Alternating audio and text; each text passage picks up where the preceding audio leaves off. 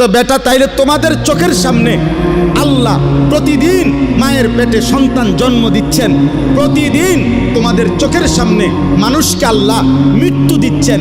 তো যিনি আল্লাহ, তিনি তো বলছেন আমি জন্ম দেই, আমি মৃত্যু দেই, আমি আবার আখেরাতে নেব, হাসরের মাঠে আনবো। তো যার প্রথম 3 কথা ঠিক, 2 কথা যেই আল্লাহর ঠিক হইল, তো পরেরটা ঠিক হবে না কেন? বুঝেন নাই হিসাবটা? আপনি যদি এটা কইতেন যে তাই কইছেন, কই খবর তো নাই। আপনি তো কইছেন মানুষের মৃত্যুও হয়, হয় না তো? নূহ আলাইহিস সালাম তো আমরা বাড়ির লগে, নূহ আলাইহিস সালামের সাথে দেখা হয়েছে কারো? কথা বলেন কেন? হ্যাঁ, তাইলে আপনার দাদার লোকে দেখা হয়েছে আপনার? তো উনি কই গেল? উনি না পৃথিবীতে ছিল, উনি নাই কেন?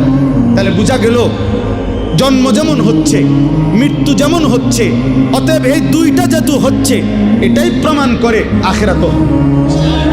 তো আল্লাহ বলেন মূলত প্রত্যেক বেঈমান, এই কথাটা জরুরি, সর্বযুগের সমস্ত নাফরমান, পাপী, বেঈমান, মুশরিক, আল্লাহর অবাধ্য, ওর অন্তরে কলজা যদি খোলা হয়, ভিতরটা যদি চেক করা হয়, তাহলে রিপোর্ট আসবে এটাই, ও বুঝে আখেরাত হবে, এটা সম্ভব, আল্লাহ নিবে।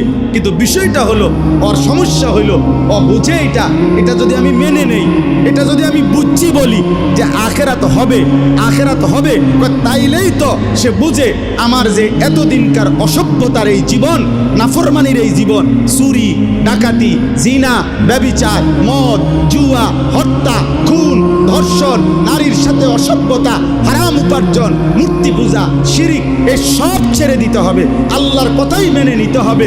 এইটা তো সে চাচ্ছে না, আমি মানব না, আমি আমার অবাধ্য আর খেয়াল খুশির জীবন এটাই চালাবো। এই জন্য আল্লাহ বলেন বন্ধু, মূল বিষয় হলো ওরা বুঝে আখিরাত হবে, বাল হুম বিলিকাই রাব্বিহিম কাফিরুন, বরং তারা ইচ্ছা করে আমি আল্লাহর মুখোমুখি হতে চাচ্ছে না। তো এইটা কয় না আর কি, এটা কয় না, বরং আরেকটা অতিরিক্ত বলে যে আখেরাতই হবে না। আরে হবে 100 বার, তোর বাপের আখেরাতও হবে, তোর 14 গোষ্ঠীর আখেরাতও হবে। হবে না কেন বেটা? হবে না কেন? হবে হবে।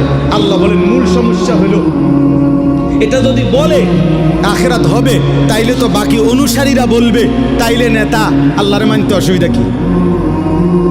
বাটফারি সিটারি ছেড়ে দেন তো, এই তো না আমি সিটারি ছাড়তাম না। এই জন্য সর্বযুগে, এই আমার বাংলাদেশে মনে করেন চুরি, ডাকাতি, জিনা, ব্যভিচার, মদ,